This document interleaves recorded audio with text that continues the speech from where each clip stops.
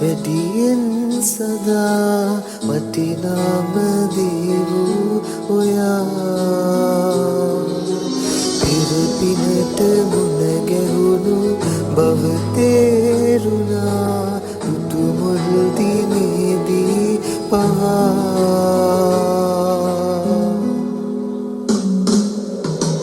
ඉක්මන් වෙලා අනන්තෙන් මෙහා පියාඹන්නේ නෑ මා වසන්තේ දමා ආදරයේ ප්‍රතිහාරයක් වී ඔයා කළුවර මගේ දිවිය එලි කළ නිසා දහසක් දෙනාද කතා වෙන වයසුනා